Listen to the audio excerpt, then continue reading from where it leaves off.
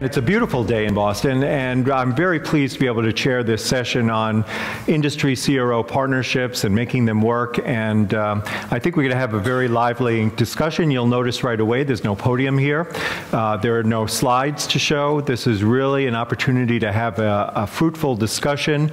We'll have some questions that will be thrown back and forth among the panel, and then we will try to engage you as best as possible for you to bring up your questions and have some discussion based on those comments and questions as well. My name is Ken Caton. I'm the director of the Center for the Study of Drug Development, which is an academic research group at Tufts University School of Medicine here in Boston in the Chinatown area. I'm also a professor of public health and community medicine at Tufts. We have been, my group, involved in looking at some of the economic, legal, and political and scientific factors that affect pharmaceutical and biopharmaceutical development and regulation for nearly 40 years. I've been with the group for about close to 30 of those 40 years. And this is an area that we are very interested in and have looked at quite a bit, which is what is the new environment of innovation going to look like? How is it changing? How is industry and the other sectors that are involved in bringing new products to market adapting to the enormous challenges of bringing new products to market? I think it's sort of fair to say that a lot of the enormous advances that we've seen over the last few years, perhaps the last decade and a half, in understanding the pathophysiology of a lot of major diseases has not really translated to breakthrough therapies that everyone was expecting when we started the Human Genome Project. We know so much more, and yet we're not seeing those products reach the marketplace. So the industry really, from a number of perspectives, needs to change its model. It's still using a model that's perhaps going on 40-something years now, since 1962, that really hasn't changed that much. But I think if there's one thing that defines the new landscape of innovation, it's partnerships. We're seeing it all different levels. We're seeing it industry and patient groups. We're seeing it industry and academic groups. And one of the other ways we're seeing it is industry and CROs. CROs have been involved in the drug development process for the better part of 3 decades. They've been providers of services, and now, I think more than ever before, they are relied on to provide expert and competent utilization of resources and access to investigative sites, patients, and resources all around the world. So the theme of this particular session is to look at those partnerships between academics, between industry and CROs, and look at how they work, some of the challenges in making them work, and some of the lessons that we can learn moving forward in making these partnerships work even better.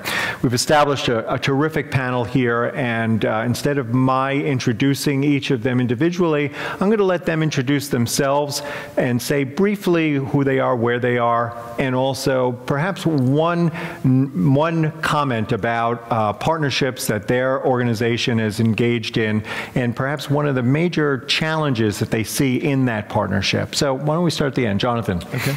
I'm Jonathan Zung from Bristol-Myers Squibb. I head up Global Development Operations. We're a group of about 1,300 plus colleagues around the globe.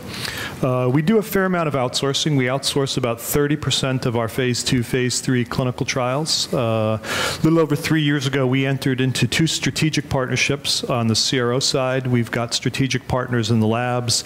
We leverage our partners to execute our trials. They may do all of the work on some trials or pieces of the work on other trials. I think for us at BMS, we're really looking at innovation to try to understand how do we capitalize on the innovation that sits in our partners so we don't have to either invest in that area or reinvent the wheel when technologies or processes have been put together. It's not easy when you're in a partnership. I think there's a lot of give and take on both sides. Often as a sponsor, we have very high expectations that may not be realistic from either an internal perspective or the CRO perspective. And I think for us, it's often getting the feedback from our partners around what we're doing well, what we're not doing well, and perhaps where the rest of the industry is. And I'll stop there. Great. Yep. Kieran. Thanks, Ken. Hi, I'm Kieran Murray. I'm the Chief Executive of ICON PLC. ICON is one of the top-tier CROs, global CRO, that was founded back in Ireland in 1990 with 5 people, and since then has grown to be an organisation of just under 11,000 people operating in 80 offices in 40 countries throughout the world with a full range of clinical trial services and a deep commitment to innovation and technology and prosecuting change in how CROs work with the pharma industry. We've been engaged, I suppose, in a range of strategic partnerships, a term which covers quite a broad definition for the last 5 or 6 years, amongst them a particularly fulfilling one with BMS, but also interesting partnerships with people like Lilly and Pfizer, which are a matter of public record, and ones out of Europe. They're not a matter of public record due to client confidentiality. We think it's an interesting time. We think there are great benefits to be harvested through more collaboration between CROs and the pharma industry. But it's tough, and I suppose the learning that we've had, being quite seasoned in this, is that I think you mentioned the expectations word, Jonathan. It's about having a correct technical offering of services. It's about delivering excellence, because that's the table stakes, I think, for any relationship like this. But it's also then elevating technical people to a level of being able to manage customer expectations and things that are well outside the remit traditionally of excellent scientific and medical people, and then taking that forward to the sort of a change management model where it's all about leadership, it's all about communications and expectations and formal models. So it's very interesting times, I think. But one of the other learnings we've had, the first one is it's hard and it's what you do, but at the end it works, and we are starting to see great improvements and benefits and potential. But there's still a ways to go, and it's exciting times, and we're looking forward to continuing with that. So. Great. Peter. Good morning. I'm Peter Carberry. I'm the head of Global Development Operations at Astellas.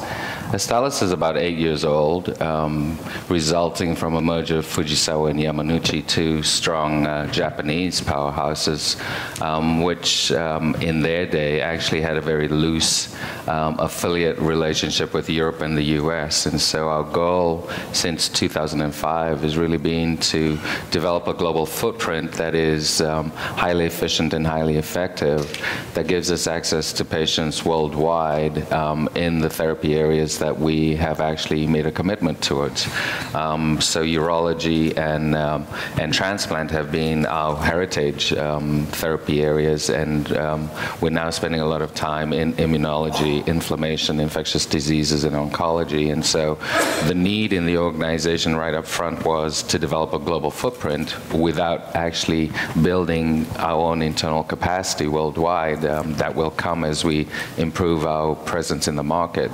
And so right up front, we had to actually think very differently about how to actually deliver our development programs on a global platform, a single development program meeting multiple regulatory needs worldwide. And so managing our resources in a very virtual environment is really a key strategy for us. And so hence, we had to really think about and move away from a study team going through a bid process and having multiple partners engage at a study level to a more stable environment. And so our strategy over the last 3 years has been to really engage with exclusive partnerships that really believe in a common people, common process, common technology platform, so that we don't build redundancies and therefore gaps. And a lot more to come on that subject. I think the key lesson that we continue to learn is the commitment on both sides of the partnership. So we have a huge organization in evolution called Astellas, and we have very mature CROs and other vendors who obviously have their own strategies. And key for us is really the commitment from management on either side to really push and adopt and live and work in this seamless environment of common people, common process, common technology. Because for us, it's not really the outsourcing of transactional work, it's actually sharing a common goal around our core competencies. So yeah, that's great. Very important lesson. Hi, I'm Jamie McDonald. I'm the CEO at INC Research. We're based in Raleigh, North Carolina. We're a therapeutically focused clinical development CRO, so we really focus on phase 1 through phase 4. The relationship that we have with Astellas is one of the key strategic relationships we have. It's nice that it's in the public domain. We're in the process of building roughly a 600-person team, and we do see it as a team between ourselves and Astellas, from really not just the clinical operations side, but regulatory, startup, feasibility, data management. So it's multi-service, even though it's considered maybe more traditionally a functional model. But it was obvious from the outset that the relationships between particularly data and clinical are pivotal, particularly on a go-forward basis. The challenges, I think Peter probably summed it up fairly well. I think the team building and the change management on both sides can't be underestimated. It takes a lot to move both organizations to a common model and a common way of thinking. And the fact that we've actually built the team almost from inception, I think we had probably 3 or 4 FTEs working in that team, a commitment to bring in some legacy INC resource, so skilled and knowledgeable on the INC systems, but also additional hires from the outside that we thought were a good fit culturally, and then obviously from an experience base for the model. So the biggest challenge is probably the change management on both sides, which I think has actually gone well, but it's a long process to bring both organizations to a common goal. Additionally, going up to Chicago between November and February is also a little bit of a challenge as well, but particularly when you're from Raleigh, North Carolina. Yeah. So my group, the Center for the Study of Drug Development, has been looking at performance metrics for outsourcing for many years. And one thing that we've seen is, certainly over the last few years, that that when we compare the more traditional transactional or service-based outsourcing relationship, it doesn't really compare to, in terms of overall efficiency improvements, to these strategic types of relationships. So now we have 2 sets of partners here in strategic relationships. But one of the things that we've seen, in addition to the fact that there are efficiency improvements, is that there's an enormous amount, as has been already conveyed here, in management of change management within the organization, the cultural changes that are required to make these things work. So I thought maybe we would just talk a little bit about some of the challenges of the cultural change that's necessary within both organizations to manage these types of strategic relationships,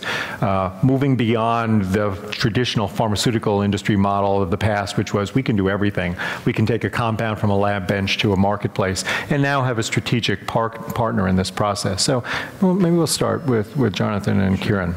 Sure. I think the cultural change piece is probably the biggest challenge we have. On the inside, we like to think we can do it better, we can do it faster, we can do it cheaper. Often, I think we have unrealistic expectations on the front, in terms of what we expect from our partner. And what inevitably will happen is the partner won't push back early enough. I think we've seen that in our relationship, that having that candid dialogue earlier around, what is reasonable, what makes the most sense for a given program needs to be discussed much earlier in the process. We typically, when we work with the CROs, we'll continually ask for more and more as a program is going. And the CROs, as partners, want to oblige us. They want to provide us with that information. And at times, we don't know when enough is enough. We want more data to continue to look at things, even though the CROs are well equipped to handle the work. And I think for us, it's really getting that feedback, saying, do you really need what you're asking for? What are you going to do with that information? And I think with ICON, we've gotten to the point now where we're having that candid dialogue, and it really is going back and forth. And to us, that's the continuous improvement piece, which is essential when you're outsourcing at the volume that most companies are these days. Mm-hmm. Yeah, I mean, I think I'd agree with Jonathan what Jonathan says there. From our perspective, I suppose the big challenge and the big change that we have to make is it's a change of mindset. You have an industry and people that are trained under, and I say this respectfully, but the old master-servant relationship, and you beat a dog long enough, and sometimes it's afraid to bark, and so we then move the relationship to woof woof. So you know, we moved to a new world of strategic relationships that were built, you know, on models of more trust, more transparency, more collaboration, and you know, it was about expectations. Organizations like ours have had to change. It's not a change you can prosecute overnight. It's a change of mindset. It takes a lot of work and a lot of progress, not just the PowerPoints and me standing up saying everyone, hey, now we've changed, you know, now we're going to do this. And I think where we failed to meet some of our customer expectations, and it took time. Happily, you know, I think we've got there. Was around the ability to say no, if I had to summarize it, to say no, but to say no in a constructive and non-offensive way, and manage the client expectations, and then to say no but propose a different and better solution.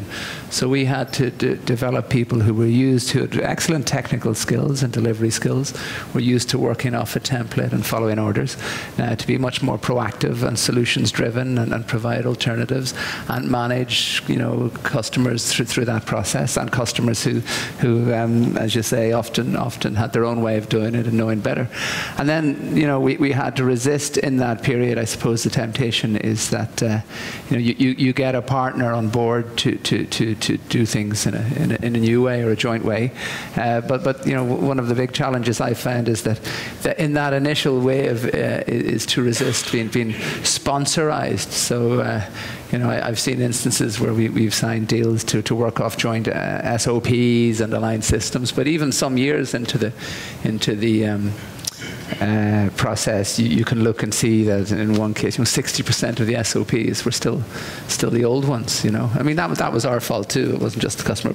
The partnership wasn't aggressively prosecuting this change, or worse again, new SOPs that were invented that were hybrids of ours and the customer. You know, so it's these kind of change management challenges where I think the sponsor needs to build that trust. You know, it's two-phase: build trust and that's based on delivery and knowledge, set expectations, but then it's around the CRO, what we call our journey to trusted partner. You know, moving more to a situation where you have, you know, excellence in execution, you have trust, you have the knowledge that it takes time to build up, and then for us to assume the responsibility and step up and more proactively try and manage the agenda. So from our prism, that's how the landscape looks.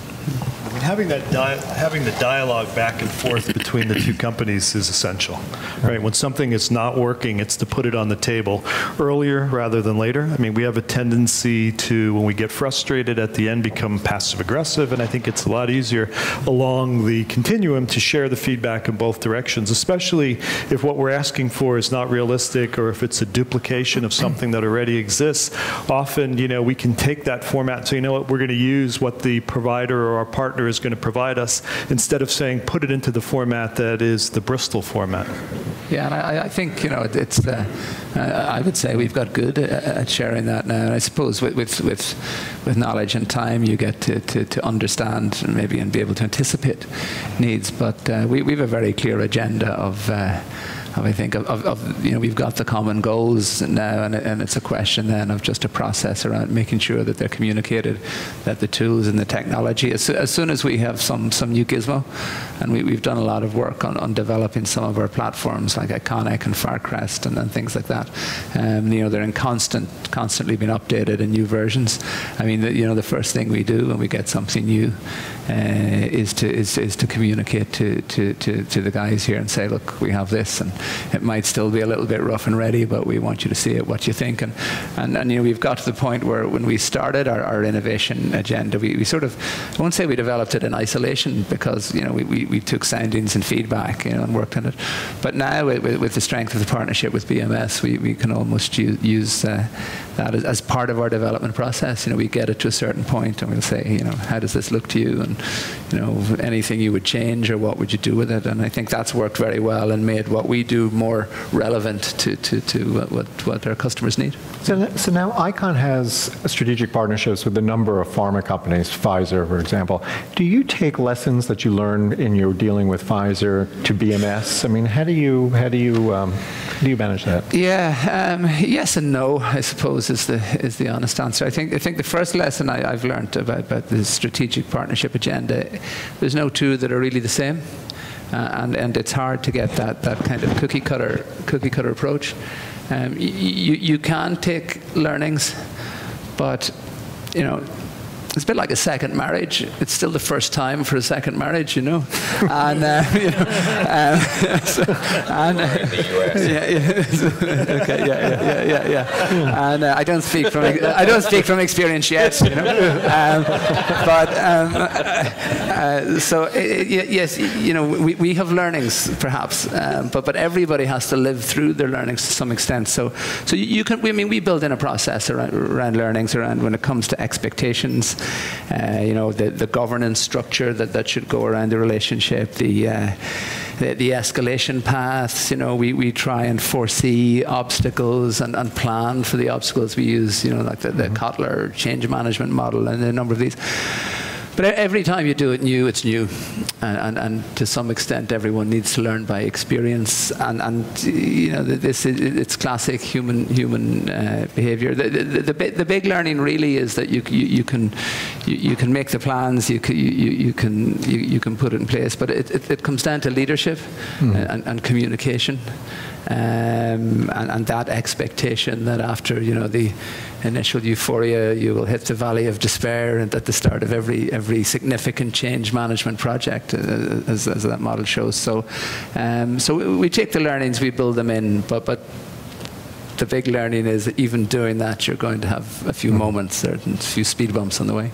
So Peter, over the years that we've done studies that looked at efficiency and cost of outsourcing, one of the things that we found is that when many companies would say that it costs so much more to outsource, it's because not only did they outsource, but they included the cost of maintaining the internal function to do the same thing as well. So they were essentially doubling the price.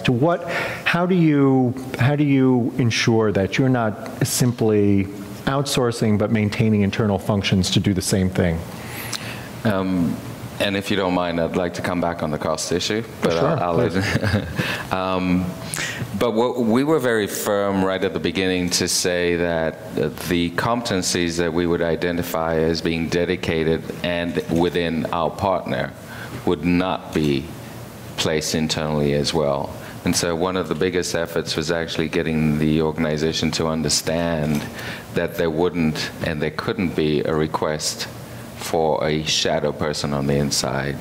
And perhaps one of the biggest lessons we've learned is how difficult it is for the study manager or the project manager at the CROs, I think that's what you use, for the study manager to actually undergo this evolution of working in a virtual team that has the backing of its own senior management, that has the backing of an escalation pathway and governance. And so there isn't no longer this stupid CRO that you're having to deal with and then a cry inside for I need 5 more people because they're just not working. But we were very clear in the beginning that we were going to be very, very fiscally responsible internally and with our partners. And so if there is a resource that is placed at our partner, that resource does not exist at Astellas. And our first strategic partnership was in the area of clinical programming. And we undertook that in 2009, where we actually shifted all of our resources in clinical programming to our partner Chiltern. And that was huge. There were the very same people working on the very same projects, and what we had to do very quickly was to manage the attitude of our statisticians internally, because immediately they left the building. There was the us and them, and we continue to work on that very, very diligently, and that's something I pay attention to. But it's really being very firm to say, no, you will not have resources, and you will learn to get along with one another. I think one of the benefits, and Jamie, you know, as I was listening to ICON and BMS talk about it, the fact that we put in place a single university so everybody's trained on the same foundation, the same processes, and we use your trusted process to get the next team onboarded. We've just shifted very quickly, so there is no option, there is no out in any direction. And I don't mean to sound punitive, it's actually really, really positive that we did things that way. Yeah, and you know, some of the challenges are indeed some of the partnerships and are not going to work out, and I'd like to talk a little bit about that. Sure. And what are the things that we're paying attention to, because it is challenging when there is somebody in another building who's actually not delivering for the team. Yeah. Do you want to pick up on some of these? Yeah, I mean, I'll maybe come back to the cost piece. I know Peter might want to come back to it as well. And that perception that there is a higher cost to outsource, I'm not sure I totally agree with. I think you can look at unit costs, you can look at what it costs on a per visit basis or per unit of activity. In the end of the day, I think what you're looking at is future revenues coming from today's development. And the economics of what you put into development now has to translate to molecules getting to market and that revenue coming in. And it's quite a different sort of economics to work out. You can look at cost of inputs, which has been traditionally the model. How much is it going to cost to process this page, do this visit, whatever it is, process this case report. In the end of the day, you're wanting to help the sponsor achieve their development goals. And the biggest challenge that the industry still has is you have a misalignment of economics. So the pharmaceutical industry essentially is a product industry with intellectual property as its base, and it puts in significant investment up front in research and development. It has high attrition rates. It then gets to commercial market sometime 12 years later and $1, $2, or $3 billion of investment, and then it reaps relatively high rewards at a very high gross margin. On the CRO side, it's a service industry. It's here and now. It's labor driven. It's revenue here and now. And relatively small margins. In theory, Kieran and myself make the same margin for a study that doesn't end up with approval as we do for a study that ends up being a blockbuster. And I think at some point the industry is going to have to synthesize on how the CRO partner shares risk, not in the sort of traditional sort of bonus penalty side, but how do we share risk and ensure that we're not just executing from an operational standpoint, so enrolling studies, gathering data, finishing data sets and analysis, but really sort of moving up the development chain. How do we add value from a clinical and scientific standpoint? Can we provide input at the protocol level that helps support the integrity of the data and the quality of the data that's coming in? And then ultimately on the commercial side, how do you ensure that the positioning of that molecule, should it be safe and efficacious, optimizes the potential revenue from a reimbursement standpoint and a pricing standpoint? So what's that label going to look like? What is the end game in terms of that label? What is the commercial market? And how can we ensure that we're making the right decisions that advances Astellas and our other partners' pipeline to the point that they are successful commercially, and that results in further investment back into R&D, which ultimately should benefit both sides of the partnership. So there's been a lot of talk about risk sharing and different models that will enable the CRO to not to be able to accrue the benefits whether the drug fails or succeeds. Is industry moving in that direction, do you think? I mean, are the companies ready to establish those types of relationships? Very slowly. Peter and I had this discussion up front on what metrics we would use to measure our success. And it does come back a lot to sort of cost of input. I think it's very difficult to find that alignment. I think we're looking with our partners to find ways where we can share, not just in the success, but share around the sort of collective responsibility and ownership. It's quite often perceived that the CROs don't care as much about a particular program or molecule as the sponsor companies. I can tell you across the majority of our teams that's not the case. I mean, I got an email from one of our leadership group who was so excited. In her email, I'm so excited I can hardly type.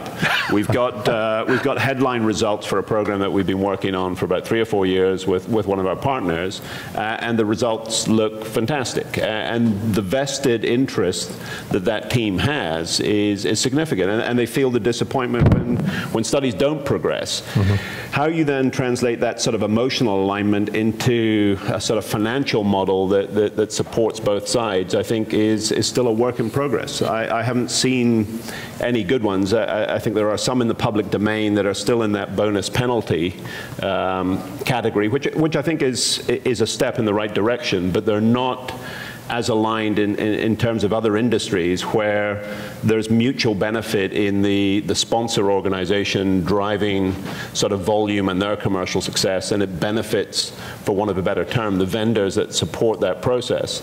I think the misaligned economics, both in terms of the financial economics and the time frame, makes that very difficult. The time frame is another factor. I mean, most of the strategic alliances now are somewhere between sort of 2 and 5 years in terms of term. But as you know, to ramp up an engagement of this size, and then most phase 3 studies now, particularly if there's a long-term follow-up component, stretch beyond the term of any of these agreements. So you really don't see the outcome of that alliance. You spent 2 or 3 years, 4 years building up, but you're still midstream in terms of some of these projects, and you haven't really seen whether the best practices have culminated in success for the pipeline. I think that's an important piece. You know, we set up 3-year agreements with both of our partners, and I would say 3 years is certainly too short.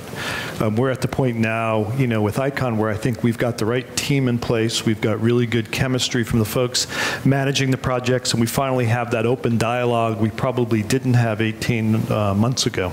One comment on the risk sharing, I think industry is open to do more risk sharing these days as we have more things to put forward in the pipeline and finite resources. I think there are opportunities to risk share. I think the biggest challenge is, as a sponsor, we often don't get the sense that the CRO has the same vested interest in the assets as we do. At the end of the day, if there's a problem with the asset, you know, we don't run back to the CRO and point the finger there. The accountability stays with the sponsors. I think we do need to figure out, you know, how do we better align that? Perhaps some organizations are more tightly bound with their partners than others. I think in our case, you know, at the end of the day, when a study has a negative outcome or the ball has been dropped somewhere, you know, my management doesn't come to me and say, well, the CRO dropped it. They look at me and they say, hey, what went wrong here? So I think, you know, we do need to figure out how to sort of build better teams and share information in real time.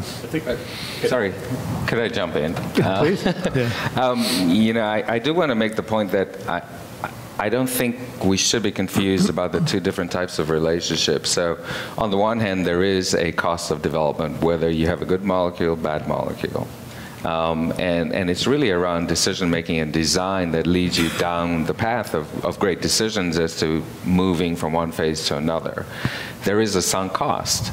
Once we agree that we have to do a study, it doesn't matter who's executing, there is a cost associated with that. And we could argue until the cows come home as to whether it's cheaper or more expensive on either side. Mm-hmm. We remove that from our relationship because our relationship is about success and quality.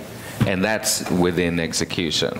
When we talk about risk sharing, it's a totally different conversation because each side wants to leverage based on the probability of success, and that's more around the molecule. Yes, you could mess up the design of a study, but there again, you wouldn't have had any conversations with any regulatory agencies. They're really there to help guide us. So it's really back to, is the molecule an asset that is valuable enough for somebody to want to come in and enjoy the returns? And hypothetically, both sides are there in terms of understanding what the gain is and what the risk is. But there is this hesitation to think about our CRO partners as co-development partners like we do with our, you know, we're more likely to go to BMS or J&J and say, hey, let's make a deal. And nobody actually talks about the cost. Everybody blames development operations for spending the money, but there will be a deal. And I think it's jumping over this hurdle of our perception. And yes, indeed, our perceptions are, you know, borne out by some evidence where our CROs are not investing in the competency and in that, I want to call it that robustness that speaks sponsor, that speaks financial sponsor. But we have everything we need to make those relationships work, but they're different. Mm-hmm. And maybe I'm wrong, but I'd like to look at them differently because I wouldn't want my team and Jamie's team executing on the portfolio that Astellas has and worrying about, you know, oh, is this financial risk worth it? Because the company's made a decision to invest in a molecule and we have to execute on the molecule.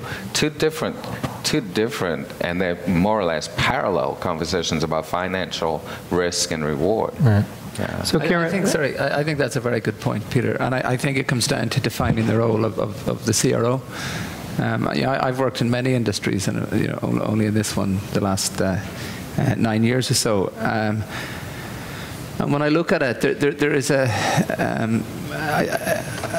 very close sort of relationship in many ways, I think, because of the background of the people that are common to both CROs and pharma companies, of symbiotic relationship between CRO and pharma, and as if we're almost the same but just doing different things in the process. And I'm not sure, when I look at risk sharing, that that's the way I would approach it.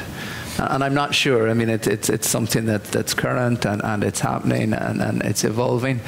But I think if you look at the CRO as being a professional advisor whose job is to make sure that our staff are trained and engaged, and feel our customers' pain and share. I mean, that was a good point that Jamie made about being engaged in the success of a molecule. I know staff we have in strategic partnerships now listen to our customers' earnings calls as soon as they listen to our own, and things like that. So you get that level of shared ownership. But I think we have to be careful at the point of deciding on risk. Who owns the molecule? What our shareholders want. If our shareholders wanted to invest in drug development, they could just as easily invest in BMS or Astellas. When you look at what professional services organizations do, you don't see large consulting companies. They can give excellent advice, accountants, lawyers, consultants, to their customers. They can care, they can do quality, but and they charge their fees, and then that's their job, and their job is to do that. So some of the bonus penalty arrangements, yes, they encourage certain kinds of behaviors, but getting into full-blown risk around sharing in the substantial benefits of a molecule. They also raise sort of independence issues around how people are incentivized in a trial, and they raise competitive issues, in that we work for a number to survive and prosper, we need a number of strategic partners. So are you more invested in some? Are you betting the farm on a molecule with one partner and not on the other? So I think it's an area that needs a lot of thought, and needs a definition of what is the role of the CRO relative to the role of the pharma industry. Yeah, I would tend to agree. My sense is for a low-margin industry where you're not deriving revenues from marketed products, is risk sharing really compatible with CROs? I mean, can you have that kind of model? It's not really sustainable, I would think. Well, you'd have to change a little bit the business model at the CRO to accommodate a financial investment in risk and reward, but it's totally different. It would no longer be service orientation. It would really be shareholder value. And I think it's possible. Everything's possible, but in this particular case, it's even more possible because we do have a relationship. We do invest in drug development. You have the competency. It's really a question about, do you want to own some of the assets? But I think there's different degrees of risk. So there's operational risk, which I think is what most of the models... And we should talk about that, yes. Yeah, most of the models are sort of focused around operational risk, which is really the risk of not meeting milestones, not containing budget, not being able to deliver data at a certain point in time. It's not about development or asset risk. Which is a sort of different model. Although there are some sponsor companies that are starting to look around that alignment.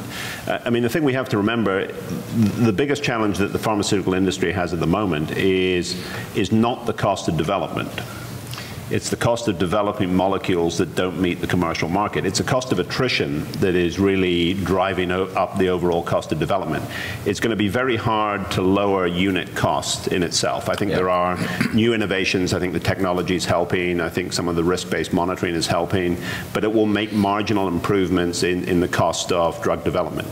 Drug development is going to become more expensive because we're going to have targeted patient populations, and that whole patient identification, site identification process and patient enrollment is going to become more challenging. So you're going to get offsetting economics, even on the studies that are successful. The biggest challenge at the moment, and I think if you look at the top-tier pharma companies and the ones that have maybe struggled the most in terms of the patent cliff and decline in revenue, their biggest issue is not actually their cost of development. The issue is is they've not had the assets coming through from the research side or even some of their partnerships and co-marketing and licensing that have allowed them to build new revenue streams. And I think the industry is looking, and this is not necessarily pharma and CRO, this is investors and some of the institutions that follow the industry. The industry is looking for want of a better term, an honest broker who's able to say to a pharma company that this is not a preferred asset, this is not an asset you should be developing. I think the four of us here have probably looked at certain pharma companies and wondered why they are taking an asset into late-stage development that probably wouldn't meet thresholds within your own organizations from a portfolio review standpoint. There's issues around dose, there's issues around absorption, there's issues around safety, there's issues around where they compete. It looks very Me Too, same as, fifth in line, yet it's still being pushed through from a development standpoint. And I think the industry needs to rationalize those assets that are going to meet development and commercial criteria to be successful, and maybe plow money more back into newer assets. And we're starting to see this. There are sponsor companies that are bringing on new assets, starting to focus in disease areas that have not traditionally had that much appeal from an economic standpoint. We're seeing more development in orphan indications and rare diseases because there's a realization that those are tangible markets, particularly where there's unmet need. The regulatory threshold to bring an asset into that area is probably lower than trying to prove that you're better than existing compounds that are already in therapeutic areas that are pretty well served. So, following up on the idea of a model where you share operational risk, how would that be structured? So I don't know if we have the right way of structuring it, but I think the reality that we're living in is twofold. First and foremost is very careful planning because there is risk in our portfolio. And we engage in a total transparent workbook, which is at least 3 years old, and we definitely focus on making sure that we have the right resources in place and the right game plans for the activities that are coming up in 12 months. You never really know. We've lived through in the last 2 years, and with Chiltern too, our other partner, we've lived through attrition in our portfolio. And then the question is, okay, Peter, you really wanted the resources on board and in place on day one. Protocol is finalized, we need our resources today. So there's risk right there, and it's 3 to 6 months of who's absorbing that cost. The second risk is really upfront investment in the training and the platform and the managerial support. And because we're pretty aligned on what critical mass needs to look like and we want to have 100% utilization, there's risk there. And so what we've tried to do is actually figure out, do we together agree on resourcing at 70%, 80%, and what do we do if something becomes even more successful and we need to turn key overnight? Or do we absorb the cost of having resources in place ready to go? And we're learning a little bit better how to do this, but I'm erring on the side of having the resources in place just in case Astellas is successful, because we're very opportunistic about finding the next asset. And that has to be absorbed somewhere. How do we absorb it internally? The studies today are funding the studies for tomorrow. And so some of our studies today are actually a little more expensive than we expect them to be in the future because they're bearing the burden of the relationship. And that's appropriate because there is nowhere else that we should be putting that cost except into the cost of development. So we're at the halfway point of the session, so if there are questions that any of you have, feel free to come and use the microphone and address the panel while you're formulating your questions and walking up to the microphone, as many of you are. I'll just ask, what metrics do you use to assess whether these strategic partnerships are working or not? at BMS, for example. So I think we look at a lot of the conventional milestones. We try to figure out how long it takes to do a certain activity, how that activity would be done internally, externally. I like to look at site performance. So I'm very interested in the number of sites that we activate, how good are those sites, how many of them are low enrolling sites. And we tend to really focus on those low enrolling sites these days. We look at some of the relationships we have with academic and non-academic centers. So we're very fixated on how quickly can we enroll those trials, but when we do it in an efficient manner. So we're very fixated on site selection. And I think, as we look across the industry, that's probably where the CROs and the sponsors have the biggest drift these days, right? I think, we tend to go into one direction. We use a different process to find the sites than CROs. And to me, that's one of those activities we like to own on the inside. We like to look at metrics in terms of, the quality of certain activities that are done, whether it's data management, whether it's monitoring, the oversight, things of that nature. And then we look at cost, of course. I think, Jonathan, you're exactly right. I think the site relationships are critically important and continue to be. So I think the focus on finding the right sites. In the end of the day, you can have all the best processes, you can have low unit costs, but if you don't have motivated investigators who have protocol-eligible patients, your study is not going to meet the thresholds that you expect. So we put a lot of effort on the INC side on site relations. Very happy to have the Center Watch ranking as the #1 CRO from a site standpoint. Sorry about the plug, but understanding that sites actually are the ones doing the research, and a lot of the quality that we talk about and want to see is highly dependent on having investigators and site staff that are properly trained and well equipped and understand the protocol, understand how that's going to be delivered in the context of their own processes, and how that's going to yield clearly safety for patients and really a sort of focus on ensuring that that patient is a completer in the study. I think one of the things that we've understood as an industry is that the cost of attrition on studies now at the patient level, so not the asset level, but patients not getting to the end of studies is causing fits for the statisticians and causing concern, I think, for all of us. And that's something we've got to be very, very careful of, because there are new standards of care coming through.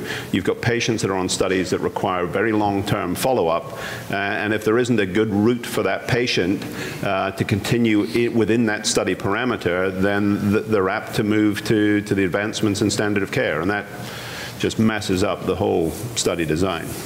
I think that's where the trust thing comes in partnerships, as Jonathan said, where there is a differing view of the sites that should be selected, and everybody has their data and their way of looking at it, and history and performance. Then it comes to when it's sharing operational risk, there is a tendency that has to be managed. Well, we didn't pick that site, so if it's not enrolling, it isn't our fault. So and that works both sides. Depends. So it's one of those areas where I think you need to get it right. You need to get it right up front. That's probably the most contentious piece, I think, when you look at between organizations when you're outsourcing, is when you're picking those sites. Getting people around the table versus as the enrollment starts to track and you realize you're behind quickly, and then the finger pointing begins. Yeah. Why don't we take the first question? Hi, thank you for all those insights. I have a question for both sponsors. As you were saying before, to have transparency at the beginning allows the CRO to actually put resources onto the study early, and this is a cost to be borne. Now, ideally, that should translate in a faster startup because you've already got people ready and trained, and possibly in more effectiveness. So do you have enough hindsight, let's say, to have observed that yet or not? Yeah, and I think we both realized, and with Chilton realized, that perhaps in the first 12 to 18 months of our relationship, we could not expect that our timelines metrics, as the easiest one to look at, would actually improve. We actually predicted that they would decrease, and we wouldn't be that good. And the reasons for that is twofold. It's got nothing to do with capacity and capacity on the ground. That's been guaranteed and 100%. It's really about us having to realize that even while we have a strategic partnership, there are other functions in development that have to play a role. such as legal and contracts. And depending on how conservative your company is, it appears to us, and I hope our Astellas colleagues will forgive me for saying this, but it appears to me that, and something that I continue to watch out for, is that other functions outside who may be on the periphery of the relationship put up even more hurdles because they have this perception that it's even more outside than it is. One of the lessons we've learned is that one of the easiest ones, and the one that everybody wants to look at, is final protocol to first subject in, is actually suffering this year. And it's actually a result of a multitude of things. The second most important one is, we are getting a lot more input from our partners, and so having to make protocol amendments because we want it to be even more feasible is actually leading us, at least in this first year, first 18 months, to actually have, not so good a set of metrics. But in the long term, we actually believe that it's going to pan out. We have to settle down. We have to be in steady state. Yeah, before that'll change. Yeah. Okay, and thank you. And a second question, I think in that range is, do you see in both companies that the makeup of the team, or let's say the retention of the teams, is better, or do you also see a lot of turnover in a partnership than one-off outsourcing? I think on our side, with both of our partners, we don't see lots of turnover. I think we see teams staying in place for quite a period of time. We love when we transition people to transition the team as a whole. I think we've got some programs. We've had great success in phase 2, and we're getting ready for phase 3. We like to keep the same team together and really leverage the learnings and the lessons that we've acquired moving forward. I think our biggest challenge, much like Peter said, is often as we get going, we've got a lot of functions outside of development operations who sort of weigh in at the last minute, which often does slow us down, and I think it really creates a challenge for the CROs. I mean, they're getting ready to mobilize, or we've told them, mobilize by such and such a date, and all of a sudden we say stop, right? So then you've got these stranded resources sitting on the CRO side that are waiting for sort of the next set of orders, what should we be doing? And on the inside, we have yet to align. So that's something I think in the industry we've got to get better at, because we're stranding resources on the CRO side, plus we're stranding resources internally that are waiting to figure out, okay, where are we going with this asset? On your question of turnover, actually, one of the things that we do want to pay attention to, but we actually predicted, was that we would actually experience lower turnover. And with both our Chilton and INC, we actually have branded our resources, and we call them our resources for our work together. And I think that's having an amazing impact because the resources at our partners actually work for Astellas, and their business cards say on service for Astellas or on contract for Astellas. And we try to give them a sense that they belong to one team. In fact, with INC, we actually have our brand, which is called Action, and we are one team. And we've propagated that to anybody who joins a team, either at Astellas or at INC. And actually, turnover hasn't been a concern for us. Yeah, I think the other piece that goes with that that's very important, we have input into each other's sort of appraisal processes. So Peter solicits input from our leadership in terms of his team and vice versa. And I think that's critically important. We're sort of very aligned on the people side. And it's not necessarily just about the technical skills and competencies. It's about the cultural fit and the chemistry across the teams, which I think is important. So that soft skill assessment of, is this a good fit for the team, is critically important. So, and Peter, delighted, is very open to the input. We have a very candid relationship at the leadership level, which I think helps hugely. And that feeds down through the rest of the team as well. Thanks. Good morning. Thank you so much. I congratulate both teams for the alignment that you have at the leadership level, just to pick up on where we left off in the last answer. Can you speak a little bit to how you actually get that alignment to come throughout the organization? As a patient enrollment specialist, we work with your teams at a different level. And I'm not hearing as much of the alignment at that study level as I'm hearing among leadership. So I'm sure you're working on it, but if you could share some thoughts with us about that, it'd be very helpful. Sure. And I was just thinking, we actually missed an opportunity. We should have some of our members on the teams to actually talk about the day-to-day experience. I think what we reflect at the highest level, maybe we're totally mistaken, but we're not.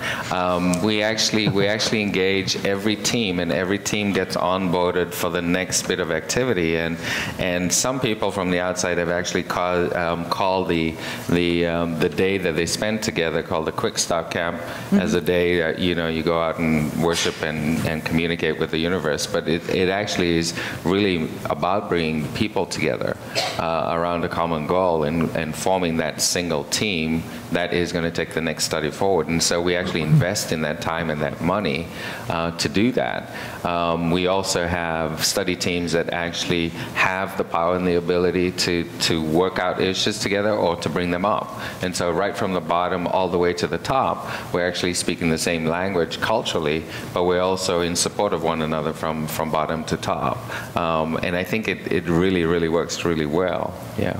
It does, but it is the core sort of team members. So it's certainly something like patient recruitment and enrollment. Quite often they come into the process sort of later, and it's something that we've looked at in who should be involved in the sort of quick start process, which functions. And I think we sometimes underestimate that there are services that need to be included in the thought processes, particularly around country selection, number of sites, enrollment rate, and then suddenly finding that you maybe haven't engaged with legal as another example. So favorite topic for both Peter and I on both sides.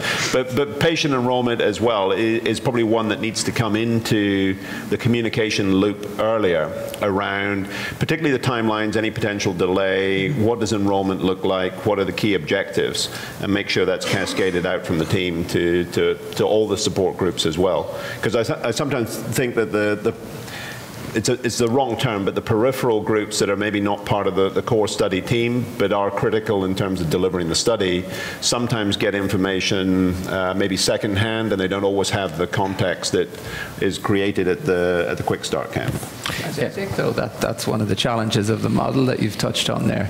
I mean, part of what we're doing here together is to speed up the development process, to take out time and cost and improve quality. And part of that comes from leveraging of a common pool of resources. So what you tend, so the question you have to ask to make this work is how much should be dedicated and how much should come off the common pool to get the economic benefits. So at a practical level then, what you see is, I think we've all the right governance progress and team onboarding, and you make the point the core team is very involved, but there are pieces that will always just be brought in later. You try your best to involve them.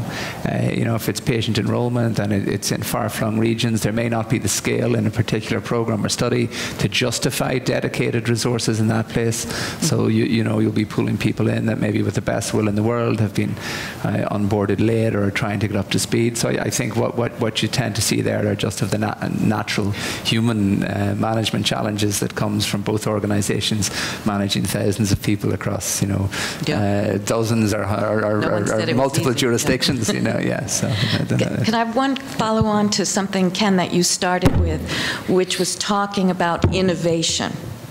And as I recall, you said how much more we know about the human genome, for example, but it has yet to translate into as many new therapies as we had hoped and expected. So we've heard all of you talk about change management. Have you seen any actual innovation as it relates from the patient perspective in terms of or thoughts about how might this change management and financial advances translate into something for patient care? I think when we look at innovation, we're looking generally more at the technology piece. So I think as I look at both of our partners, when we look at innovation, how we measure innovation, how we think about it, it's really about the technology we want to deploy or employ in a clinical trial. We're not necessarily data mining or leveraging a lot of what they're doing, because we're not asking the CROs to do that type of innovative work or collect that sort of information. So we're very fixated on the technology component, and I think with both of our partners, we spend a lot of time on that. We also spend time on, how can we onboard teams quicker? How can we leverage so learning? Operational innovation. Right. Yeah, I would tend to agree. I think the innovation that translates to direct benefit for patients is really around pathways of disease and design methodology to pull that out. And at the level of execution, I would imagine that whatever we're doing today does have some lessons that will translate in the future, but it's actually outside the space because those innovations really have to be considered and incorporated into your design and critical thinking about how you're going to approach the patient and what is the data that's going to define the patient a lot better. We're kind of downstream of that. Yeah, I think where I've seen the most innovation sort of outside the CRO space is probably on the diagnostic and imaging side. I think we're getting much better clarity around patients and why certain drugs work in certain patient populations. And I think that's ultimately going to benefit all of us. I think we're moving towards personalized medicine. It's not there yet. Still have to deal with all the insurance and privacy sort of sides of that as an industry. But the diagnostic and really sort of imaging side has improved leaps and bounds. I would agree with Jonathan that the technology innovation is important, but what we're starting to see is a lot of the newer technology that's coming in that looks really very good is going into traditional processes. And I think new technology with traditional processes is not a good combination. I think there has to be innovative processes and changes in processes that allow the technology to be optimized. And that's something I think all of us are working on. And that's a big change management effort. It's across the whole industry, there's going to be time to adopt the new technologies. I want to make sure we have enough time to get as many questions in as possible. To tie into her question just a little bit more on the functional areas that tie in beyond the clinical operations teams, do you also include your functions and the risk mitigations and backup plans for in the CRO discussion? So for example, if enrollment in one country doesn't succeed and you want to pick up another country or additional sites in a country, do you also have backup plans that are shared with the functions? Specifically for me, I oversee the IP supply for the country or for the trials. So if we move countries at the last minute, it's very hard to supply if we haven't planned for that. So how do you include the functions in your risk mitigations as well? Yeah, I mean, the one luxury that I have in my organization is I've got operations pretty much around the globe. So we have a hub model. So I have, I think, 17 hubs around the world. So if I've got a recruitment challenge with a partner, let's say ICON's running a study and we're having a recruitment issue in Italy, it's very easy for me to engage my team in Italy, whether it's on the medical side, it's on the operations side, to either work with those sites or identify other sites within the country. So we tend to try to really leverage our internal resources and capabilities and partner that with the CRO versus sitting in the model where all of a sudden we say, let's go to 3 new countries. I mean, that would sort of be the last option for us. We would prefer to focus in on relationships we either have with the sites we've selected or perhaps with other sites we can rapidly onboard within that country so we don't strand product or people in other countries and then all of a sudden have to open up a whole set of new countries. So you go down to the discussion of the regional hubs and depots ahead of time. Certainly. Because a lot of, oftentimes that isn't discussed, and I was just wondering how you all do we it. tend to keep our operations organization in tune with which countries we've selected for a study. We're trying to get better about having more open dialogue earlier to bring in our experiences, saying, these sites you're looking at, we just have not had good experience, or we're not familiar with these sites, and what's the backup plan if they're not able to enroll? Great, thank you. I think Jonathan makes a very good point. I think not taking your targeted countries to the point of saturation at a site level and having some additional capacity to add sites in existing countries is probably the preferred solution for all of us. But too often you're trying to contain costs at the outset, so you're minimizing the number of countries unless there's a commercial input, and you've saturated the site capacity within that country. So therefore, if enrollment doesn't meet target, your only option is to look at other countries. And then you're trying to figure out, is it common languages, what's the regulatory pathway, and it just gets messy. I think maybe having a broader base of countries at the outset and knowing that you have the potential to find more sites within those countries is probably the best mitigation. That was one of my points I was going to make finally, was just to say we'd rather have more of a base ahead of time and not supply them and then bring them on board later if we need to do some of the upfront work. So, okay, thank you. First of all, thank you very much for having this forum, allowing us to ask questions and getting a peek into the relationships you forged. Very helpful. Just a general question in the beginning. I heard Jonathan talk about penetration at Bristol-Myers being in outsourcing around 30%.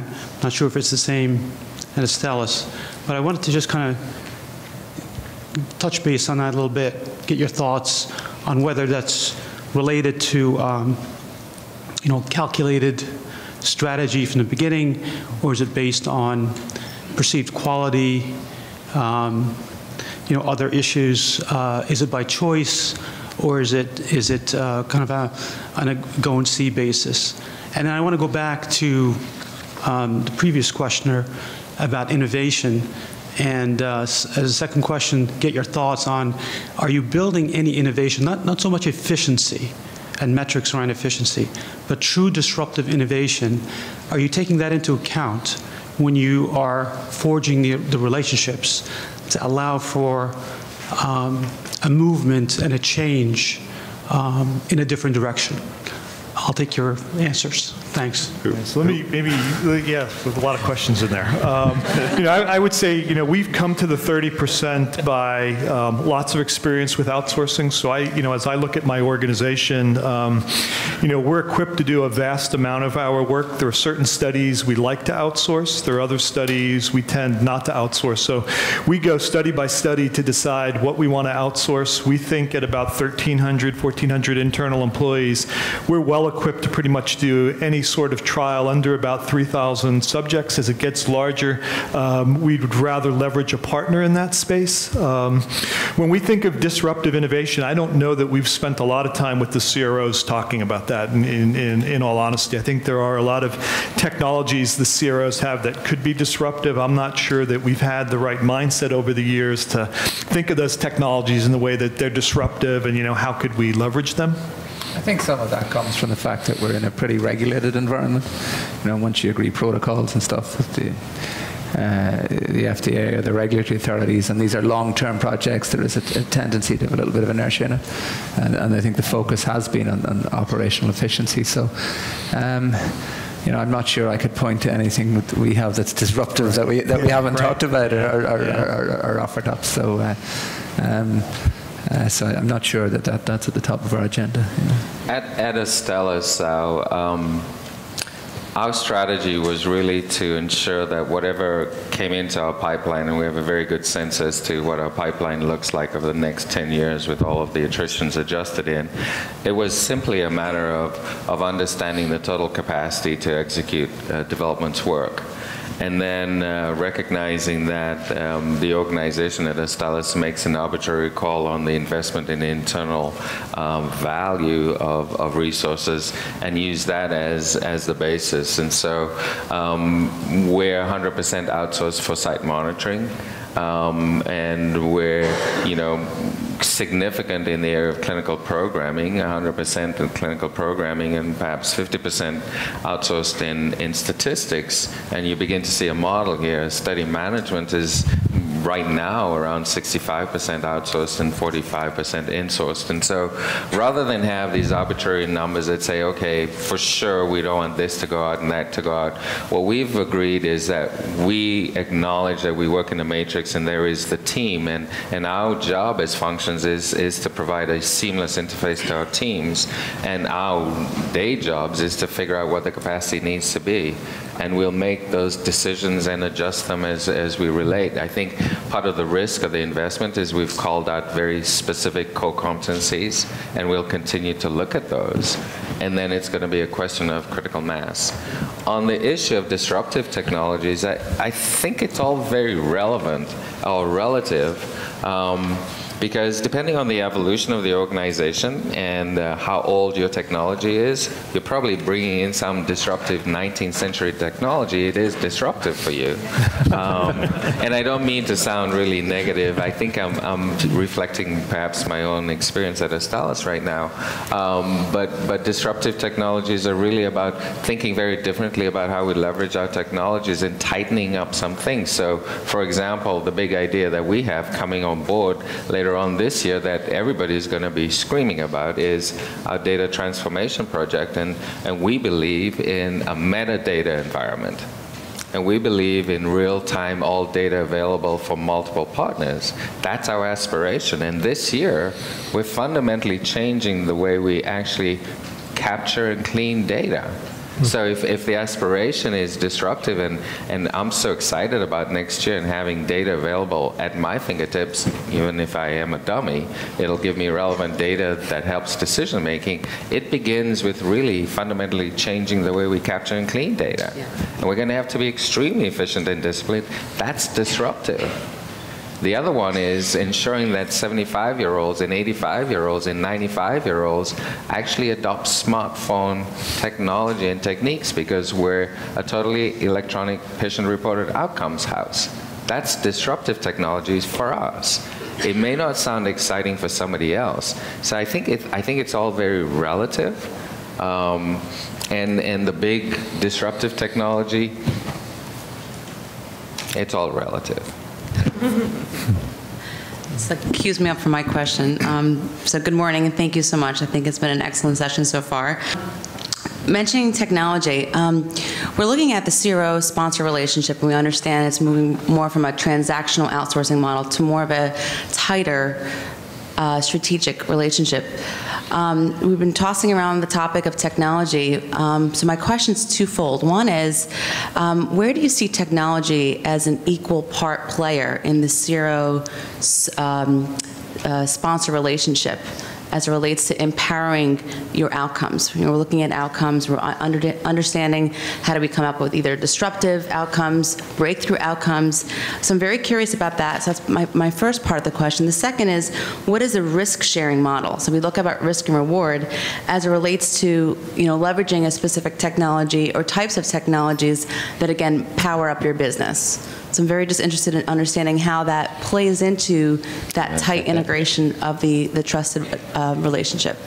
So on the relationship side, I think it's communication. It comes down to sort of the leadership team and common objectives and sharing sort of the standards that are expected. Peter's been very good at sharing the focus, particularly at the patient level, and it's something that we've liked about the relationship. In the end of the day, the delivery of development should be patient-centric, not just from the clinical trial standpoint, but ultimately you're hoping to take something to market that's going to benefit patients worldwide, and obviously you expect to make that economic commercial return.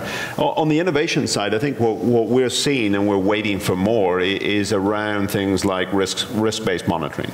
We've heard about it for years. We've seen papers and guidelines from EMA and FDA. Nobody's really sort of adopted it and utilized technology to the point that they can really deliver. Yes, we see some targeted and triggered monitoring plans, but it really is just reduced source document verification. It's not really about bringing in technology, bringing in analytics, bringing in master data management to really sort of drive efficiency. If you were to put this in the hands of the outsourcing people, if they decide that you're going to reduce source document verification by 50%, they expect to see the cost of monitoring go down by 50%. The reality is you still want the monitor to go on site. You want them to look at that complete patient record.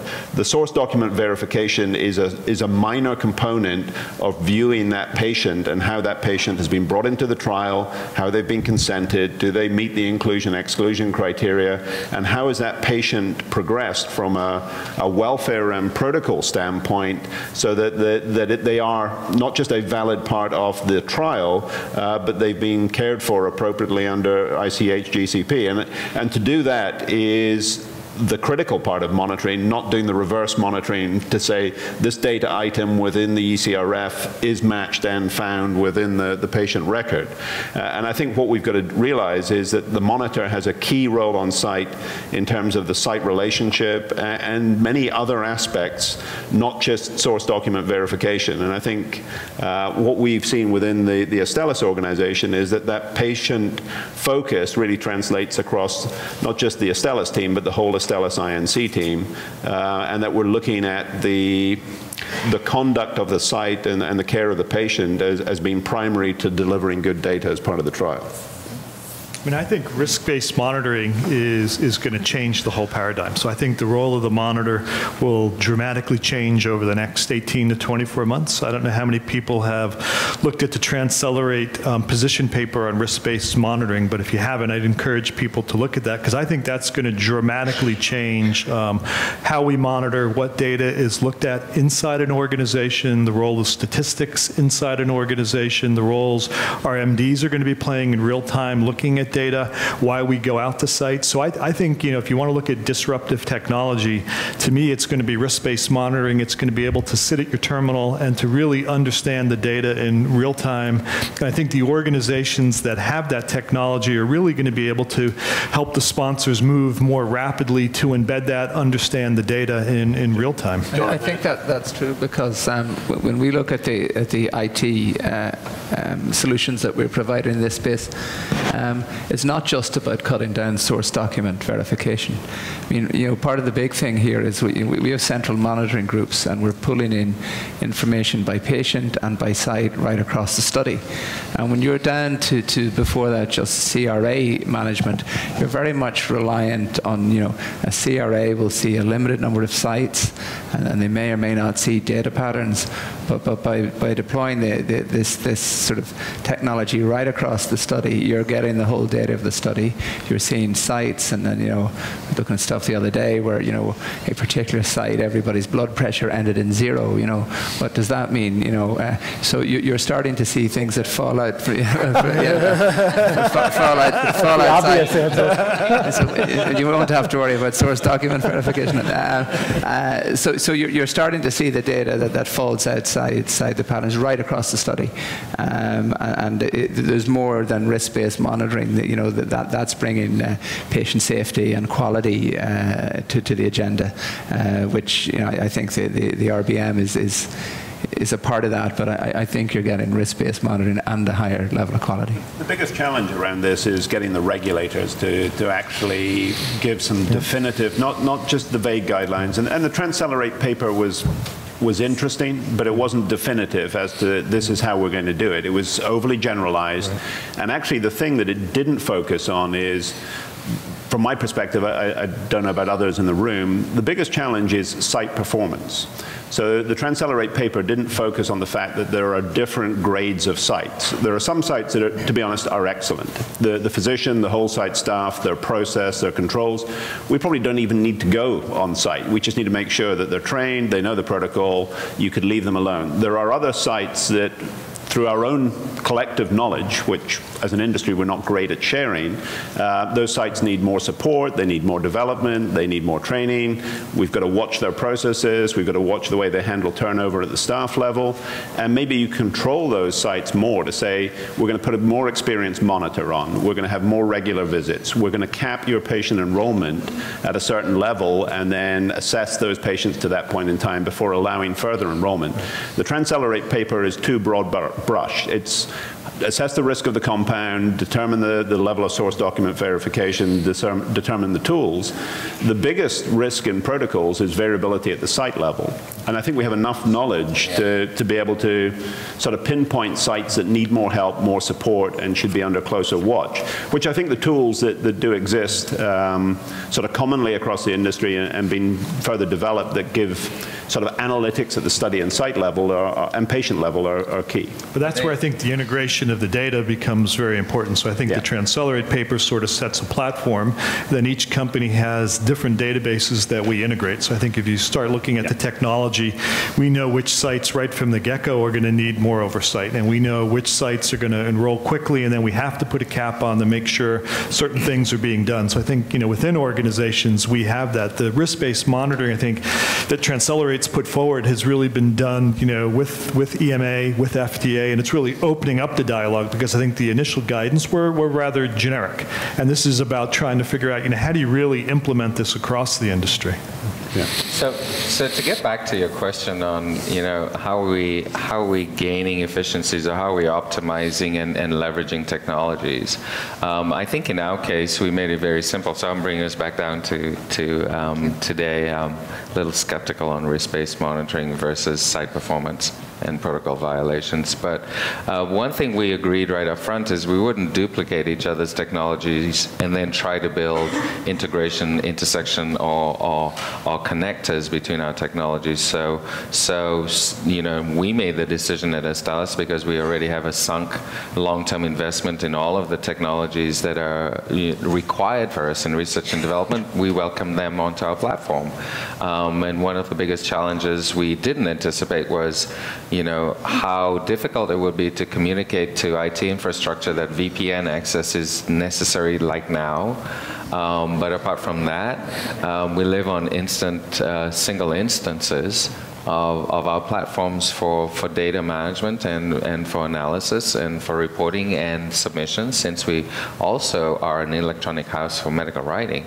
So we've removed 50% of the cost, if you were to think about it that way, of investment. And Jamie may have a different viewpoint, because he has other customers who won't give him free access to their platform, so he does need to invest in his technologies. Shipping the secure ID tokens around the world to let's not talk about that. That was one of the early escalations we were having. Do you all remember the secure ID tokens? Anybody still use them? No. Okay. Now we've moved away from that. So some advancements that we've made. But yeah, the technology is certainly helping, and we're moving away from mainframe systems. So we've gone web-based as an industry. We're now going cloud-based, which I think is beneficial to all of us. The fact that the data will sit there and will be universally available. So the work that Astellas is doing in terms of their master data management and common data standards is going to be key for us, working with them. We also see the same progression with most of our other, particularly large sponsors.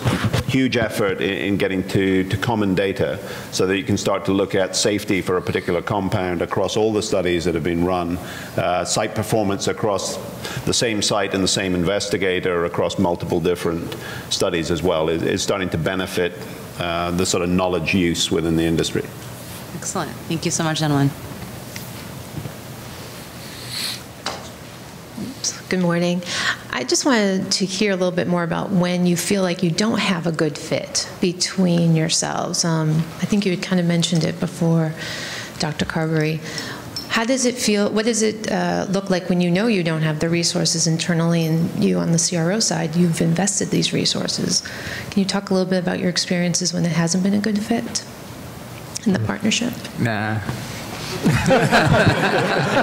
It was a good question. I think no, it's a very, very important question, and the one thing I would suggest from my own personal experiences is do not think that you're going to go into a strategic relationship, after a single date. And do not think that it's a casual approach, and do not think that there is turning back or there's going to be dissatisfaction. It is a very long-term commitment that you're making with one another. And so right from the beginning, where we invited our partner vendors to come in and talk with us at the RFI stage, which was really our request for information, was really by sharing what we thought and what our aspirations and where Astellas was going was really to give our partners or potential partners a sense of who we are and how we think and how we actually think about life and think about work.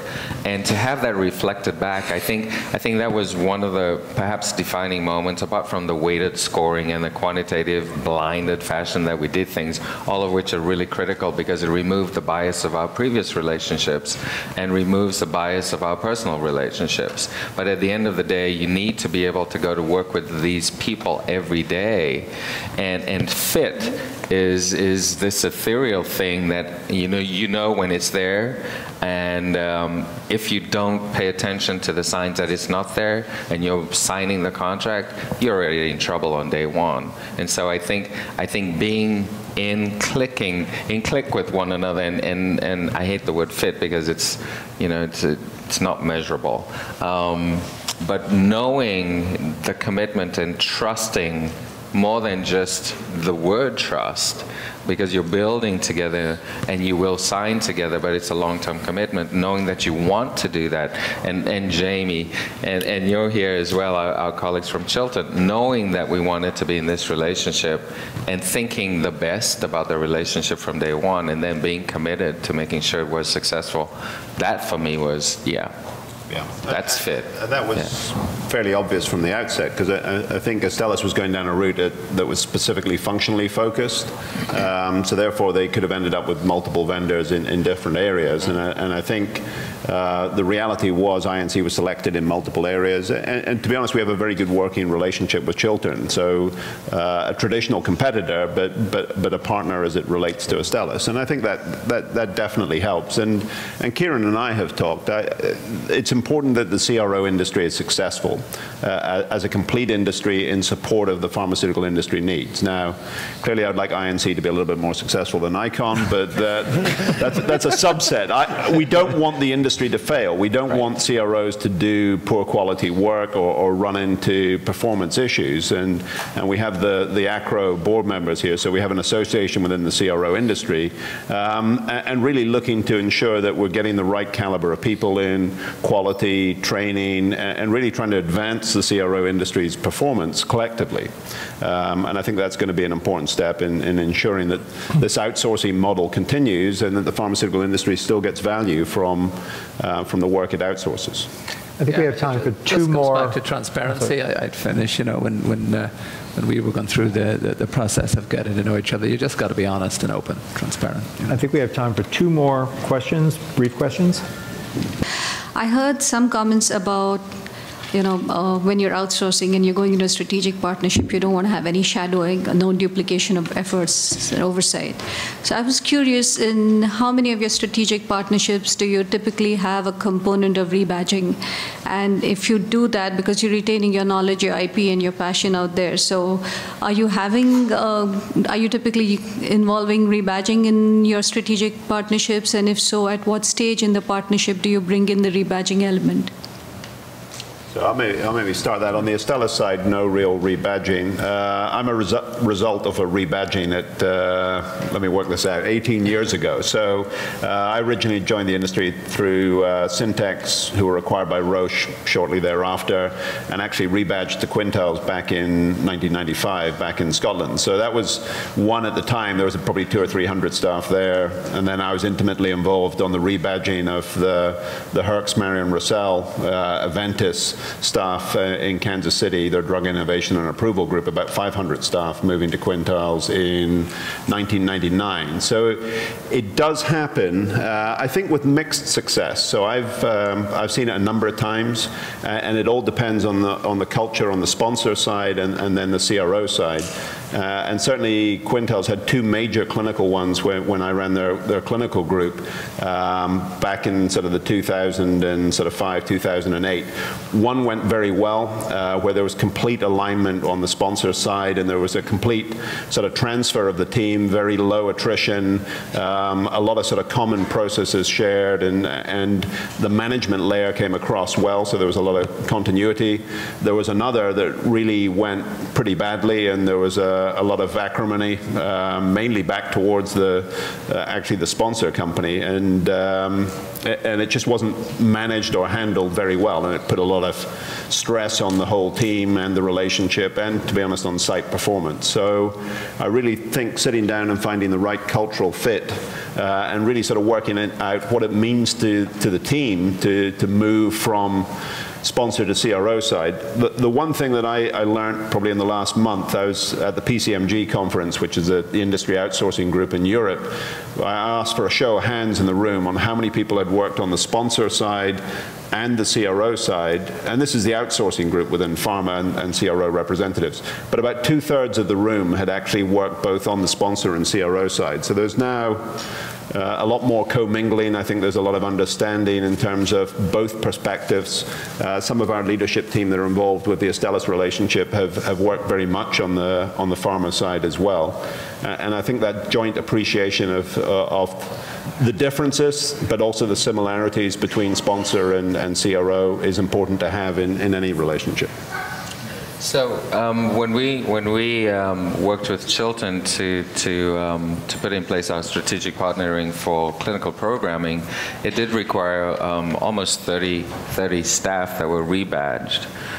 We were very respectful and valued these resources, and so one of the things we actually worked with Chilton on was on ensuring that there would be continuity at the team, but more importantly that the compensation package would be guaranteed, and we were very happy to invest in that because that was perhaps the minimum of what we could promise our staff as they moved to a different side of the road, as it were.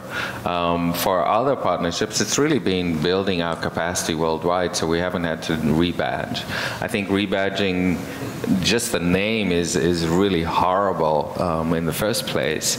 And I remember, in the early 2000s when at Pharmacia at the time, we were rebadging, or actually had an agreement with Quintiles when we were closing down our R&D center in Stockholm, and that didn't work really well. In fact, there was turnover of over 50% within the first year, and one of the crippling effects of that was that the whole agreement was based on the promise of the portfolio and continuing work for Pharmacia. And so the reverse happened. There wasn't enough capacity at the now strategic partner to do the work. So I would caution us to think very, very carefully about that, and certainly try not to use the word rebadging. It's really difficult when you're an individual who's going through that yourself, and I'm pretty sensitive to that. I've not had to be rebadged, but I'm sensitive. Thank you very much. Yeah, I'm really sorry. We're sort of out of time here. We are? So yeah, yes, we're at 9:30. We're actually a little bit past the time. So first of all, I want to thank the audience for your participation, but also your exceptional questions. They were really wonderful, fantastic probing questions. And of course, thank the panelists for their insights, for sharing their time and thoughts on this, on the changes in the industry, these partnerships, and look forward to further discussions on these topics. Thank you.